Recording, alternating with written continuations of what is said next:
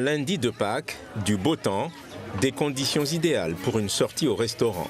Comme Jimmy, beaucoup sont venus profiter en amis ou en famille de ce dernier jour avant fermeture. À la base, on est allé faire de la marche à Roche-Vert-Bouteille et je me suis dit, tant qu'à être dans l'Ouest, autant profiter, faire un petit resto, et d'autant plus que ça risque de ne plus être possible. Et du coup, voilà, on a donné beaucoup de sens à notre journée aujourd'hui. Ne sachant pas combien de temps ça allait durer, tant qu'à faire, autant passer un bon moment avant cette période de fermeture. On se dit que ça sera une pause pendant 2 semaines, peut-être 1 mois, je pense qu'on va en arriver là, mais pour mieux profiter par la suite et puis sans ce couvre-feu, sans toute cette ambiance un peu anxiogène qu'il y a en ce moment. Le restaurant de bord de plage a fait le plein ce midi.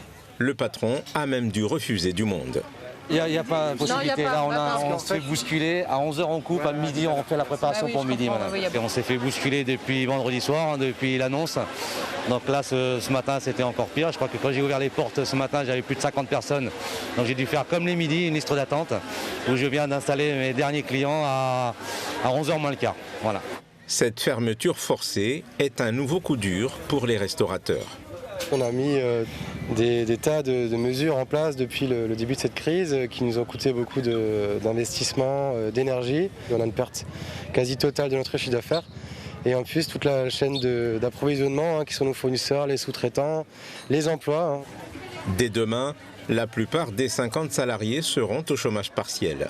L'établissement devra se rabattre sur les repas à emporter et la livraison à domicile, mais cela ne compensera pas les pertes financières, estimées à 90% du chiffre d'affaires habituel.